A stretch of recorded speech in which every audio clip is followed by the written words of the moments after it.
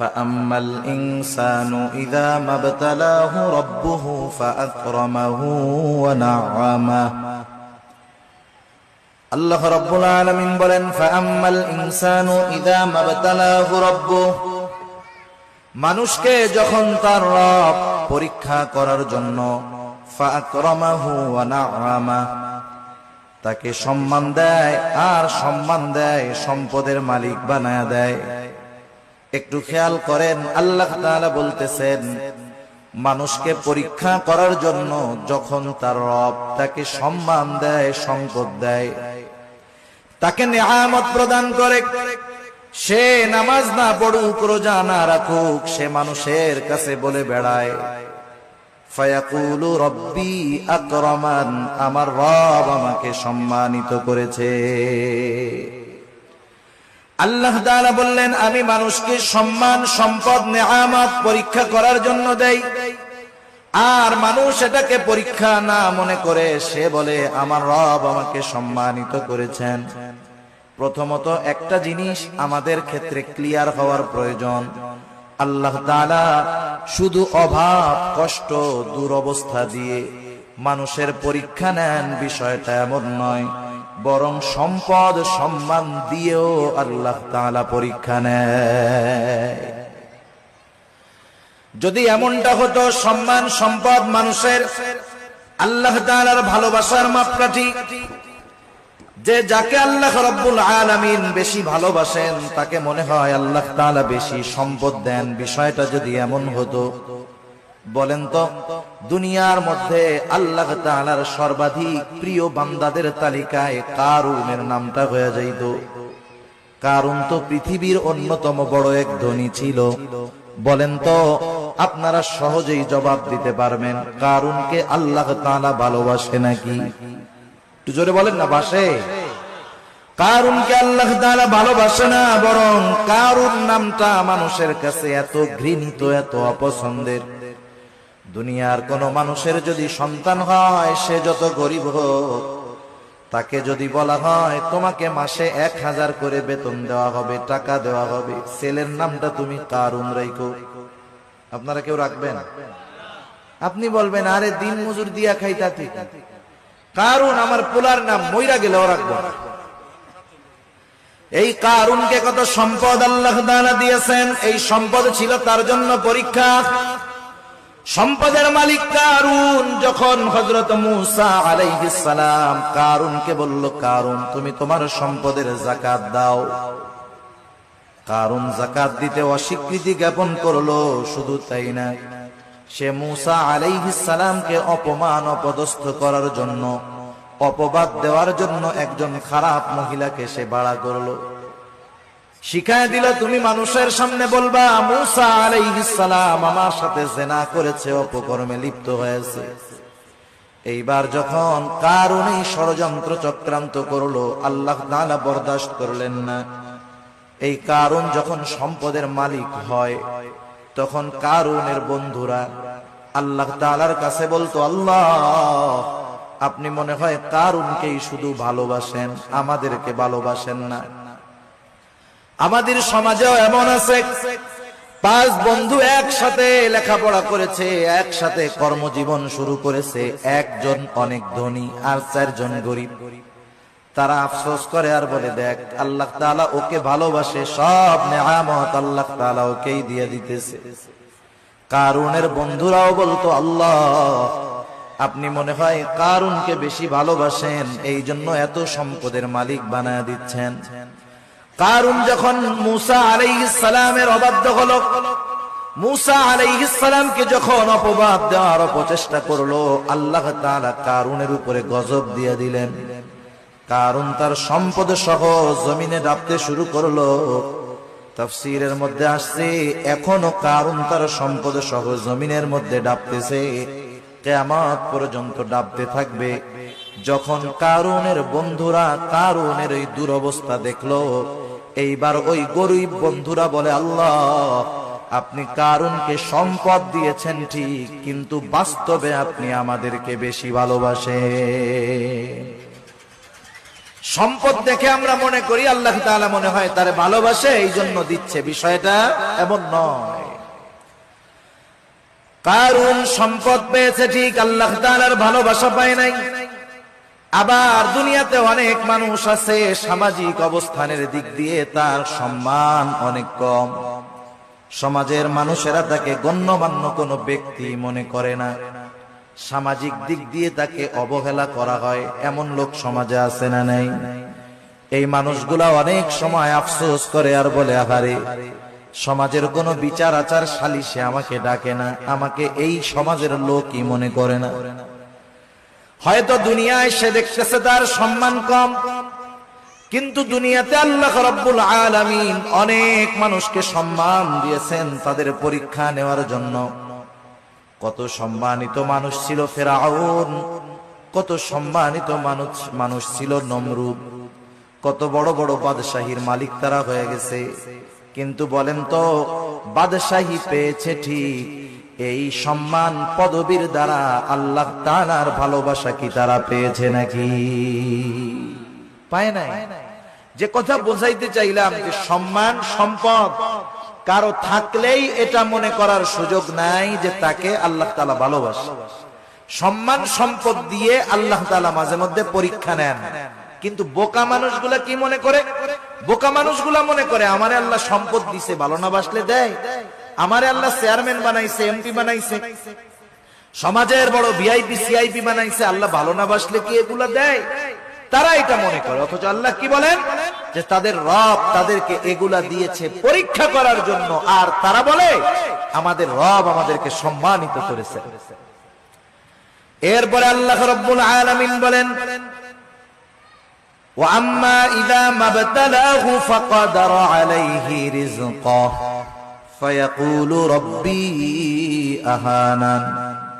আবার মানুষকে যখন তার রব পরীক্ষা করার জন্য রিজিকের মধ্যে সংকীর্ণতা দিয়ে দেয়, অভাব দেয়, সম্মানটা কমে যায়, কষ্ট ক্লেশে সে পতিত হয়, এইবার ও এইটাকে পরীক্ষা মনে করে না, বরং তার এই অভাব কষ্ট ক্লেশের জন্য সে আল্লাহ তাআলাকে দায়ী করে। বলে ফায়াকুলু রাব্বি আহানান, আমার রব আমাকে অপদস্থ করেছে, অপমানিত করেছে। মুফাসসিরিনে কেরাম বলেন সে তার ভাষায় বলতে চায় যে আমি সম্মানের উপযুক্ত ছিলাম, কিন্তু আল্লাহ আমাকে সম্মান দেয় নাই। নাউজুবিল্লাহ বলেন। অনেক সময় অনেক জায়গায় দেখবেন, বোঝানোর জন্য বলতেছি, নির্বাচন হয় না, নির্বাচন কেউ জিতে কেউ হারে, অনেক ক্ষেত্রে কন্টেস্ট হয়। একজন হেরে গেল, সে তখন বলে হারে আমি জেতারই যোগ্য ছিলাম, কিন্তু আল্লাহ আমারে জিততে দেয় নাই। সে না জয়ী হওয়াটাকে দোষ দেয় কার? আল্লাহ তাআলা। মুফাসসিরিনে কেরাম বলেন মানুষেরা কেমন জানি বলতে চায় আমি সম্মানের উপযুক্ত ছিলাম, কিন্তু আমার রব আমারে সম্মান দেয় নাই। আমি সম্পদের উপযুক্ত ছিলাম, কিন্তু আমার রব আমাকে সম্পদ দেয় নাই। সে তার রিজিকের সংকীর্ণতাটাকে পরীক্ষা মনে করে না, বরং সে তার রিজিকের সংকীর্ণতাটাকে আল্লাহ রব্বুল আলামিনের উপরে দোষ চাপায়া দেয়। তাহলে দ্বিতীয় বিষয় ক্লিয়ার কি? দ্বিতীয় বিষয় হলো যে আল্লাহ তাআলা এক নাম্বার সম্পদ সম্মান এটাও পরীক্ষার জন্য দেন। দুই নাম্বার রিজিকের সংকীর্ণতা, দুনিয়ার কষ্ট ক্লেশ অপমান, এটাও আল্লাহ তাআলা পরীক্ষার জন্য দেন। কি দেখতে চান পরীক্ষার মাধ্যমে? আল্লাহ তাআলা দুই অবস্থাতেই দেখতে চান যে বান্দা সুখ স্বাচ্ছন্দ্যের জীবন পেয়ে আমি আল্লাহকে ভুলে যায় কিনা। আল্লাহ তাআলা দেখতে চান বান্দা কষ্ট ক্লেশে পতিত হয়ে আমি আল্লাহ তাআলাকে দোষারোপ করে কিনা।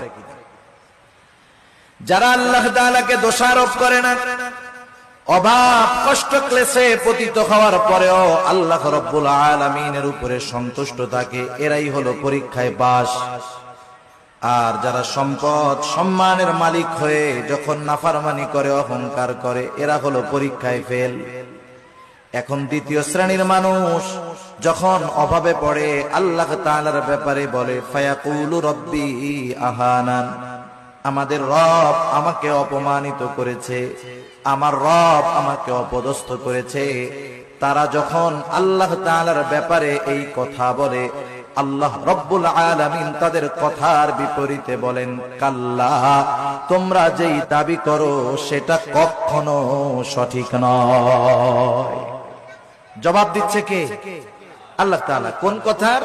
যে তারা বলে যে আমার রব আমাকে কি করছে? অপমান করছে। আল্লাহ তাআলা বলেন, কাল্লা, কখনো নয়। না বোধক শব্দ আছে অনেকগুলা, যেমন একটা শব্দ হলো লা, সাধারণ শব্দ না। কাল্লা, কখনো নয়, এটা আরো দৃঢ়তার সাথে না বোধক অর্থ বোঝায়। আমি শব্দটার ব্যাখ্যার দিকে যাব না। যাই হোক, দৃঢ়তার সাথে আল্লাহ তাআলা বলতেছেন, কখনো নয়, আমি কখনো এমনটা করি নাই। বরং তোমরা যে রিজিকের সংকীর্ণতার মুখোমুখি হও, এটা তোমাদের নিজেদের কারণে। কাদের কারণে? নিজেদের কারণে। সেই কারণগুলো কি? এই সূরায় আল্লাহ তাআলা রিজিক এই সংকীর্ণতার 4টি কারণ বর্ণনা করেছেন। কয়টি কারণ? আপনারা একটু কষ্ট করে একটু সামনে আসেন, যে কয়জন আছেন একটু সামনে আসেন। জিকিরের সাথে সাথে একটু কষ্ট করে সামনে আসেন। বাম দিক তাকায় আর কথা বলতে ভালো লাগতেছে না, একটু সামনে আসেন। জিকিরের সাথে সাথে লা ইলাহা। যারা মুরব্বিরা আছেন একটু সামনে আসেন। বাচ্চারা সামনে থাকলে ওরা কথা বুঝে, ওরা তো হুজুরদের ডরে বয়ে রয়েছে ওই জায়গায়, যে ওইটা গেলে হুজুরে আবার পরে কিছু বলে কিনা, বুঝেন নাই? আপনারা একটু সামনে আসেন, এই সামনে আমার সামনাসামনি আসেন, একেবারে আমার সামনাসামনি আসেন। জিকিরের সাথে সাথে লা ইলাহা ইল্লাল্লাহ, লা ইলাহা, লা ইলাহা ইল্লাল্লাহ, লা ইলাহা, লা ইলাহা ইল্লাল্লাহ, মুহাম্মাদুর রাসূলুল্লাহ সাল্লাল্লাহু আলাইহি ওয়াসাল্লাম। যারা বলে যে আমাদের রিজিকের সংকীর্ণতা দিয়েছে আল্লাহ, যারা এই কথা বলে তাদের কথার জবাব দিচ্ছেন কে? আল্লাহ তাআলা বলতেছে, তোমরা যে দাবি করতেছো এটা কখনো সঠিক নয়, বরং রিজিক সংকীর্ণতার জন্য তোমরা নিজেরাই দায়ী। আল্লাহ রাব্বুল আলামিন বলেন, তোমাদের রিজিক সংকীর্ণতার কারণ কি? কাল্লা বাল্লা তুকরিমুনাল ইয়াতীম। শুনে নাও, বরং তোমাদের রিজিক সংকীর্ণতার 1 নাম্বার কারণ, তোমরা ইয়াতীমকে সম্মান করো না। একটু খেয়াল দিয়ে শুনবেন, রিজিক সংকীর্ণতার 1 নাম্বার কারণ, তোমরা ইয়াতীমকে সম্মান করো না। ইয়াতীমকে সম্মান করব, ইয়াতীম তো আমার ছোট। যদি ছোট হয়, এখানে আবার সম্মানের বিষয়টা কেমনে? মুফাসসিরিনে কেরাম বলেন, ইয়াতীমের যথাযথ হক আদায় করা হলো ইয়াতীমকে সম্মান করা। আল্লাহ রাব্বুল আলামিন বলেন, তোমরা ইয়াতীমকে সম্মান করো না, তথা ইয়াতীমের হকগুলো তোমরা আদায় করো না। বরং সমাজের মধ্যে অনেক মানুষ আছে ইয়াতীমের অভিভাবক, সে ইয়াতীমের হক আদায় করবে কোথায়? ইয়াতীমেরটাই তো খায় ফেলে। আছে না নাই? ইয়াতীমের সম্পদ এটা বড় জঘন্য সম্পদ। আল্লাহ তাআলা সাধারণ ভাবেই বলেন, ইয়া আইয়ুহাল্লাযীনা আমানু লা তাকুলু আমওয়ালাকুম বাইনাকুম বিল বাতিল। আল্লাহ তাআলা বলেন, তোমরা অন্যায় ভাবে কারো সম্পদ ভক্ষণ করো না। কারণ কেউ যদি কারো সম্পদ ভক্ষণ করে, এর সাথে বান্দার হক সম্পৃক্ত থাকে। কিয়ামতের ময়দানে কেউ যদি কারো সম্পদ অন্যায় ভাবে ভক্ষণ করে দুনিয়ায়, কিয়ামতের ময়দানে ওই লোকটা সবচাইতে নিঃস্ব হয়ে যাবে। হাদিসের মধ্যে আসছে, নবীজি সাল্লাল্লাহু আলাইহি ওয়াসাল্লাম বলেন, কিয়ামতের দিন সবচাইতে নিঃস্ব হবে ওই ব্যক্তি যার আমলের কোনো অভাব নাই, নামাজ রোজার অভাব নাই, হজ যাকাতের অভাব নাই, দান সাদকার অভাব নাই, এক কথায় কোন প্রকার নেক আমলের অভাব নাই। দুনিয়াতে তার একটা সমস্যা ছিল, সে বান্দার হক নষ্ট করত। পাহাড় পরিমাণ আমল নিয়ে বান্দার হক নষ্টকারী কিয়ামতের ময়দানে আল্লাহর সামনে উঠবে। ও নেকের পাহাড় দেখে চিন্তা করবে, ওর জান্নাতে যাওয়া কে ঠেকায় আছে? আল্লাহ তাআলা তাকে জান্নাতে যাওয়ার অনুমতি দেওয়ার পূর্বে তার ব্যাপারে আল্লাহ রাব্বুল আলামিনের দরবারে মানুষেরা অভিযোগ দায়ের করবে। লম্বা হাদিস, আমি শুধু সারমর্ম কথাগুলা বলতেছি। কিছু লোক তার বিরুদ্ধে আল্লাহ রাব্বুল আলামিনের কাছে অভিযোগ দায়ের করবে। লোকটা হয়তো বলবে, আল্লাহ, এই লোকটা দুনিয়াতে আমার হক নষ্ট করেছিল, কেউ বলবে আমার সম্পদ দখল দিয়েছিল, কেউ বলবে আমাকে